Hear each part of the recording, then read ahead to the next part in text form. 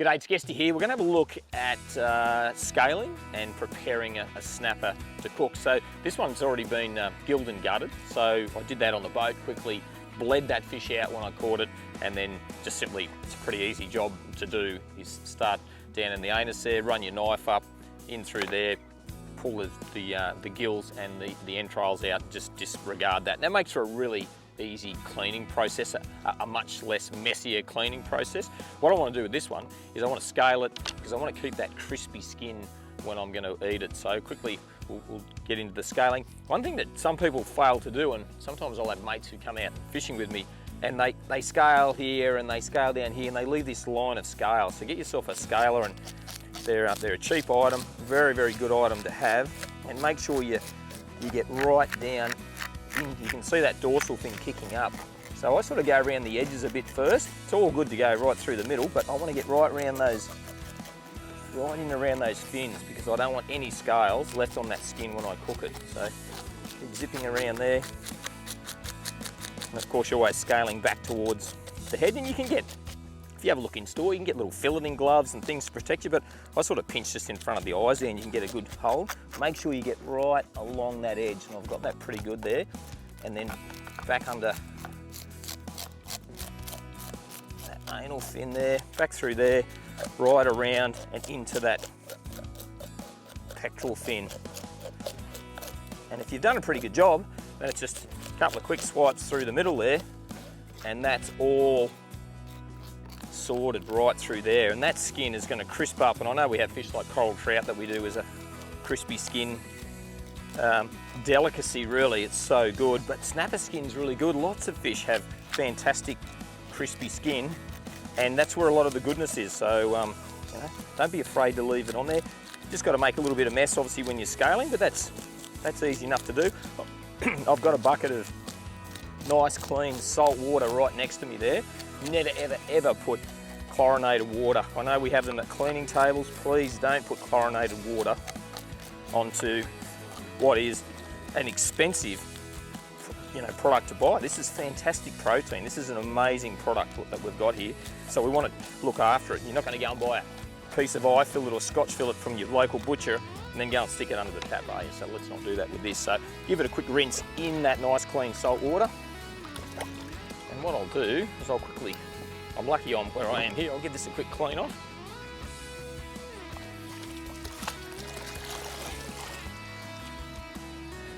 That's got rid of my scales. We're back to a nice clean board. So that fish is good to go. So pop him back out of the bucket. The pelicans have turned up already. And just drain that off, drain that water off. And whenever you're going to run your hand down along the fish, make sure that you go the same direction as all the fins. You do not want to go back the other way, especially on a snapper. So there we go, that's ready to rock. Got a nice sharp knife here. And what I'm going to do is start down at the tail there, and then run my knife and chase right along that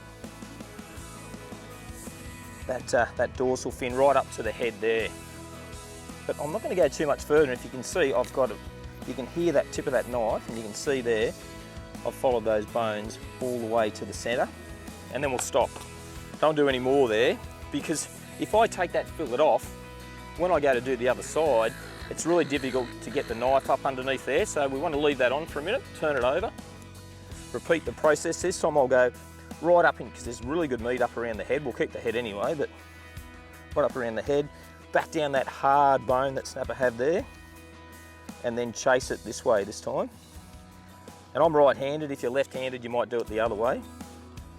And this time we're going to go right through with the process, knowing that we've already started the other side, which makes things really easy. So then back through that tail, right off at the tail, and that gives us something to hang on to, and then we can just chase our fillet back through there like that. It's really quite an easy way to do it. I'm going to take the wing off here as we go, and we'll keep those wings. They're just so good to have separately. So we've virtually got that fillet done there now. It's only a matter of just chasing that last little bit out. Sometimes you just got to crack those couple of bones there. That's our fillet done. That's a beautiful piece of fish right there, and there is nothing left on there. That's all bone.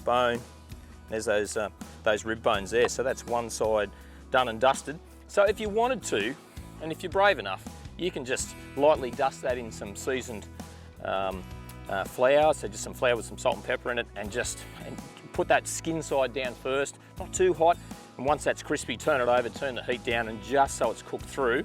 But if we want to remove that last line of bones, we can do that with that fillet. So that's only just here. So there's a line of bones. They stop about mid fillet. You can feel them. They start just there. So if we run our knife down carefully through there like so, we can pare that out and then back down through this side. And it's only a little V that we're losing of flesh, which you can throw into your pot with your head and your backbone for fish stock, or as I said, if you want to just leave those bones in. So that's only that little thin slither. The rest of that now, a little quick trim up. Got a bit of an audience here at the moment. That's that fillet all done, ready to go. So no bones, totally boned out, fantastic piece of snapper. And because we've started this side already, that's how we started our process. Makes it so much easier now just to go back through, repeat what we did on that side, sort of around the other way, where we'll come back down through the head, back down onto that rib cage like so, and just whoop that out of there, and chase that all the way back down through there like so, back down to the tail, and that's done. So there's another fillet. When it comes to what's left, you can just twist those wings. If you give those a bit of a twist, they'll come straight off. Same with this one on the other side, although he's still connected through the ribs, so we'll still need to just trim that down through there. So give that a twist there, it comes away from the head, you can just pull that away. And there's those two wings, so they're fantastic. And we've scaled all of those, so you can just dust those in dust those in some seasoned flour, fry those up, and we're left with this section here. When I was a kid, I used to love just frying this bit up here. So you can fry those fins up, you can cook that sort of meat between all of those bones there as well, and just get a fork and flake that out.